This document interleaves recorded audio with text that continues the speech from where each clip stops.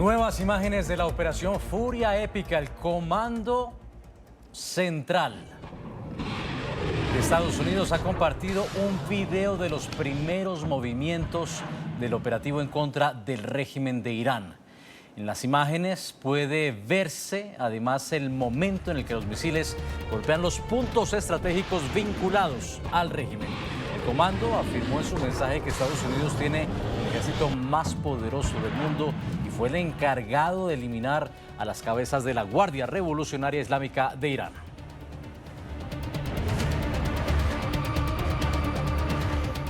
Y mucha atención, acaba de subir a 21 las personas muertas y a 34 las heridas durante los disturbios que estallaron cuando manifestantes proiraníes intentaron asaltar el consulado de los Estados Unidos en Karachi, al sur de Pakistán. Los enfrentamientos con las fuerzas de seguridad han dejado decenas de detenidos, mientras la protesta se tornaba violenta en las inmediaciones del edificio diplomático. Este episodio marcó una escalada en las protestas tras el ataque conjunto de Estados Unidos e Israel contra objetivos del régimen de Irán y la muerte de su líder supremo.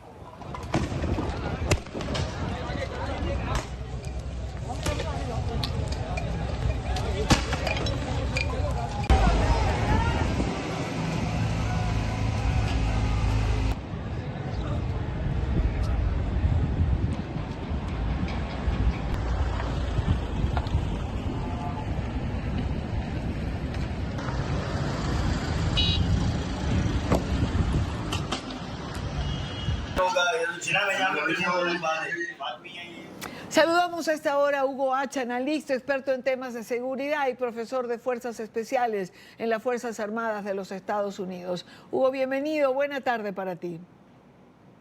Muy buenas tardes, apreciada Idania. Un placer como siempre, a sus órdenes. Igual, igual. Hugo, a nivel de seguridad, ¿qué gana y qué se pierde con lo que ha ocurrido? Bueno, primero que nada creo que hay un error en el que no se debe caer y que no se debe cometer al evaluar lo que está sucediendo hoy bajo el operativo Epic Fury. Mucha gente dentro de Legacy Media, mucha gente dentro de los estamentos políticos está hablando de la guerra que ha comenzado la administración Trump. No, apreciada Idania. Esta es una guerra que ya estaba en pleno curso.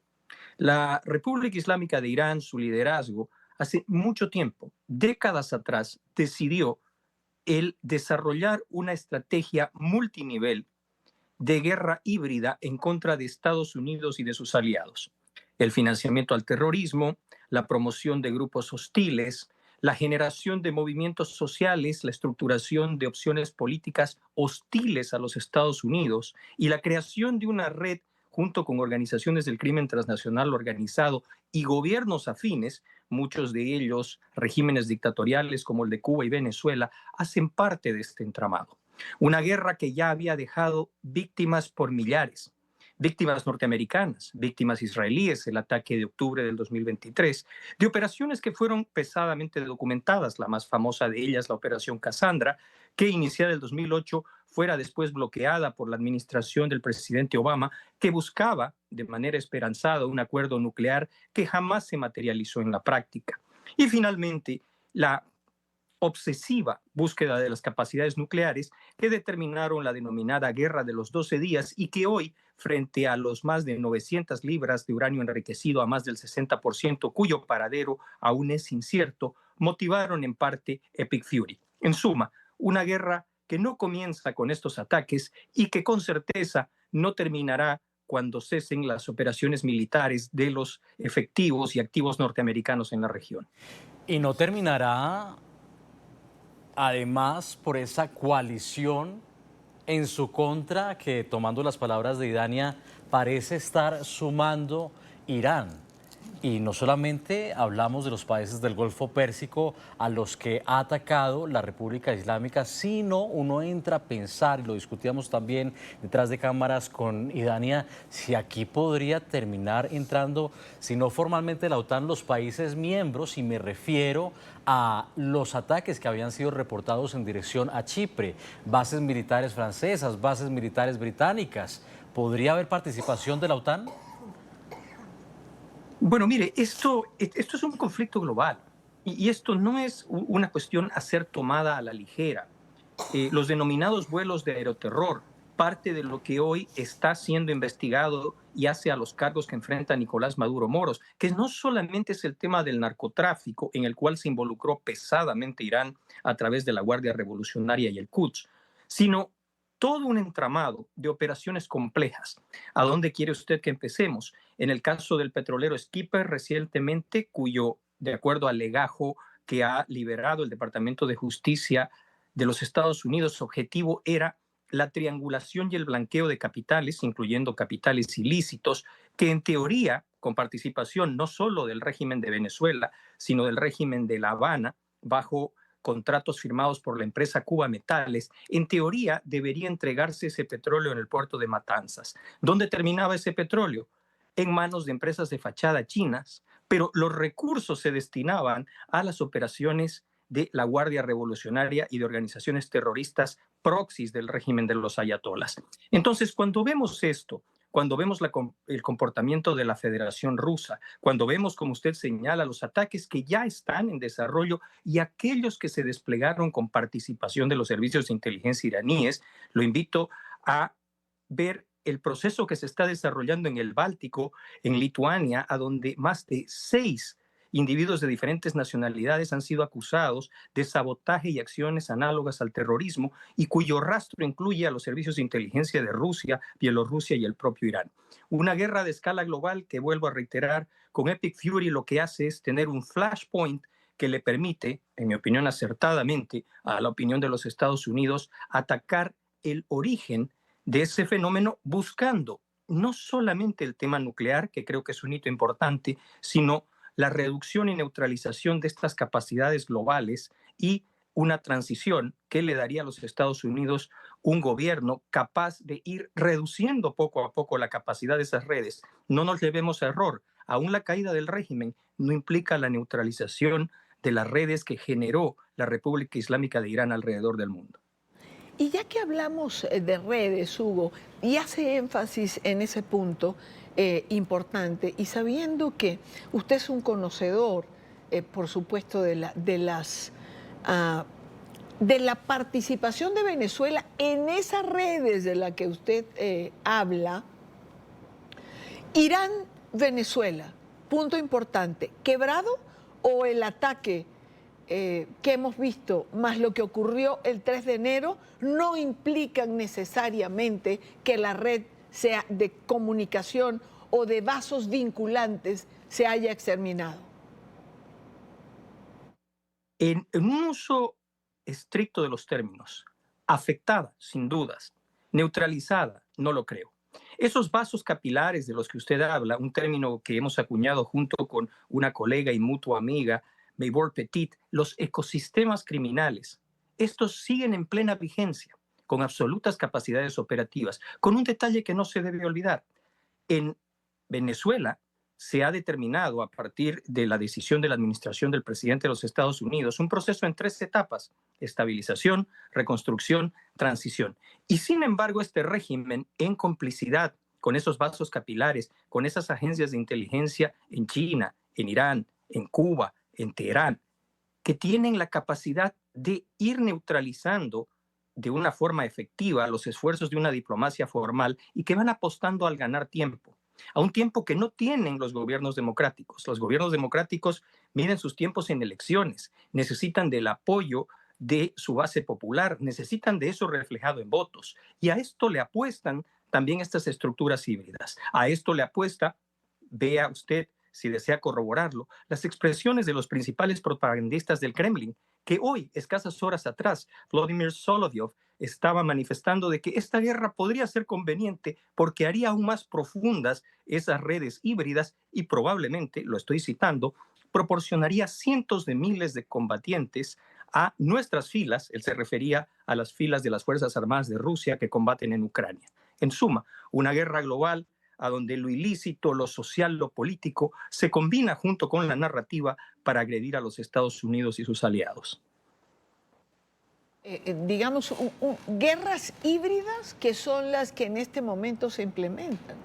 Guerras híbridas que son las que regímenes como el de Irán o el de Venezuela, no olvidemos a Cuba, estas guerras híbridas, a ver, ante la falta de capacidad instrumental, por llamarlo de alguna manera, la combinación es lo que les da a ellos el poder que logran desarrollar. Absolutamente. Es un concepto de guerra multinivel, transversal y constante. La logística financiera que les permite la actividad ilícita, recordemos que dependiendo de la fuente que usted quiera tomar, entre 1.6 y 2.2 trillones de dólares mueve la economía ilícita, que buena parte de las principales organizaciones del crimen organizado hoy día están en una relación simbiótica con estos gobiernos, con estos regímenes y sus agencias de inteligencia. Entendemos de que la parte financiera no es un problema.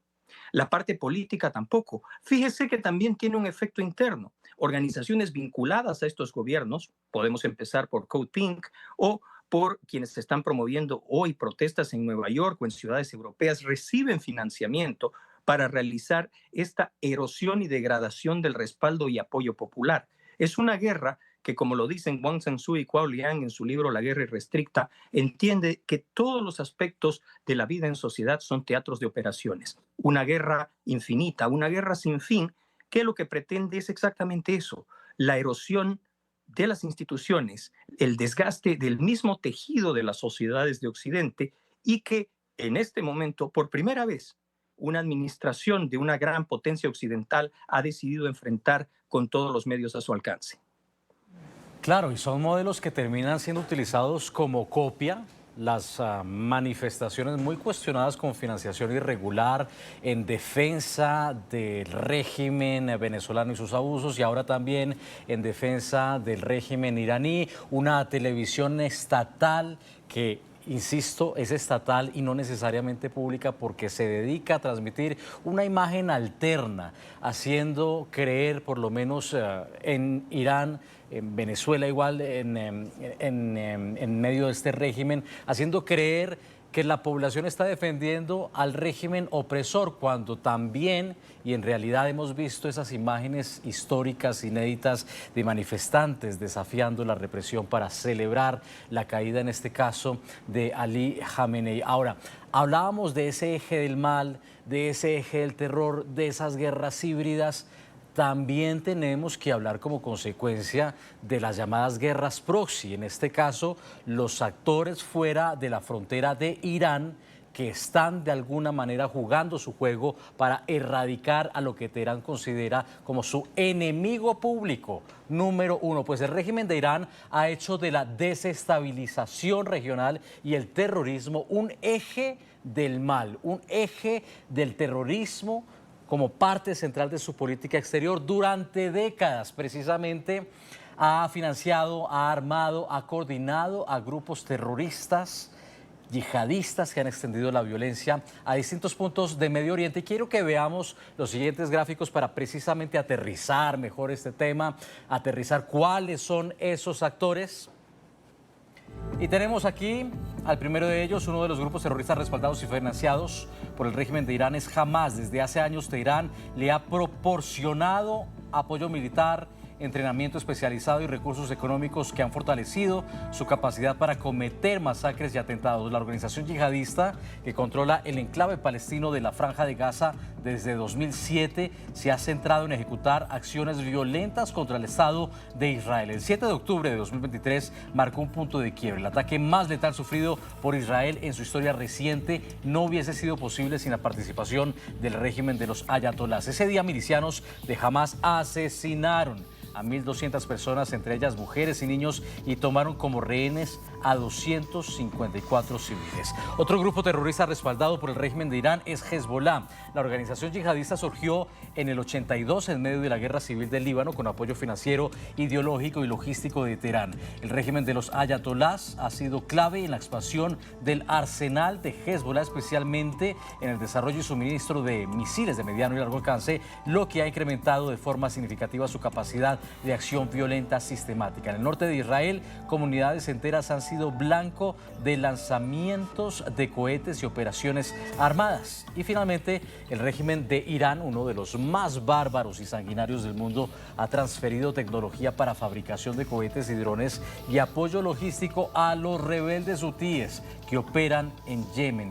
Este grupo, considerado terrorista por Estados Unidos, precisamente está anclado en esa zona, controla la capital y áreas del norte del país. Desde 2015 esta milicia ha sido conocida no solo por atacar con proyectiles a Israel, sino por sus continuas agresiones a embarcaciones en el Mar Rojo, afectando el comercio mundial. Fíjese, tanto por un flanco, Irán tiene influencia en el mar, el estrecho de Hormuz, y por otra, el Mar Rojo, al igual que Hamas y Hezbollah, comparte una ideología anti-estadounidense y anti-Israel. Y Dania. Vamos a pedirle, Nicolai, vamos a pedirle a nuestro invitado, a Hugo Hacha, que nos acompañe unos minutos más. Hay que hacer una pausa, Hugo, pero ya regresamos contigo y con el tema que está planteando Nicolai.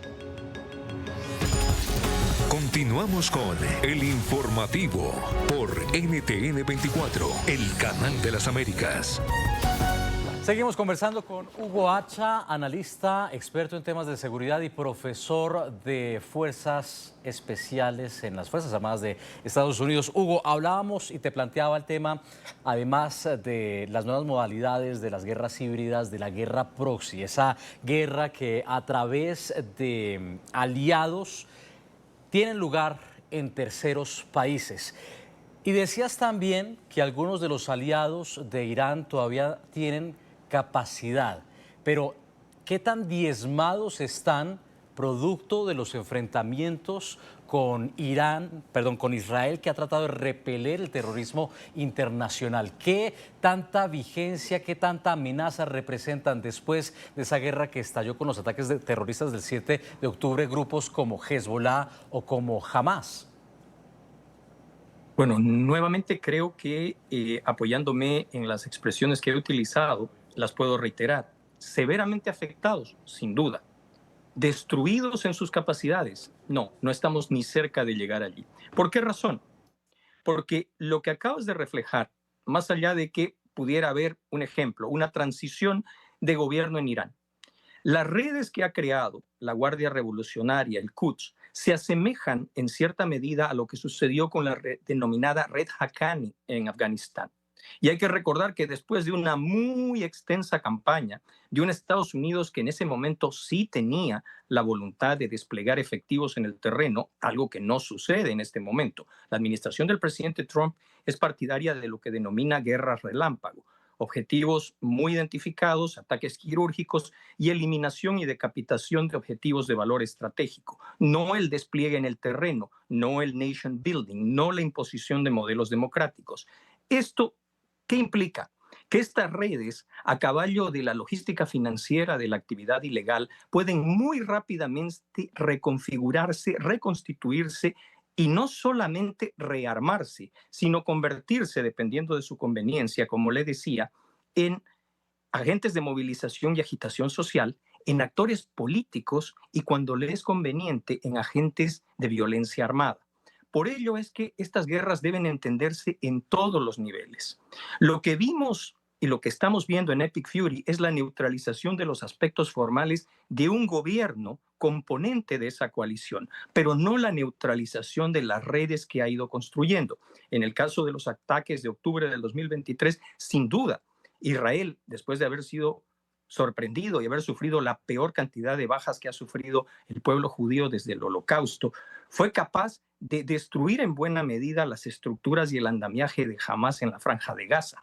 Sin embargo, a partir de estas redes que, como le decía, vienen de tan atrás como la Operación Cassandra, que se descubrió en el 2008, de relaciones, reitero, de simbiosis con organizaciones como los carteles mexicanos, como las FARC, como organizaciones criminales en el Brasil, organizaciones muy íntimas con gobiernos en nuestra región, le hace Cuba, Venezuela, en su momento Bolivia, que les permiten, a partir de lugares como la hidrovía Paraguay-Paraná o la Triple Frontera, reconstruirse muy velozmente.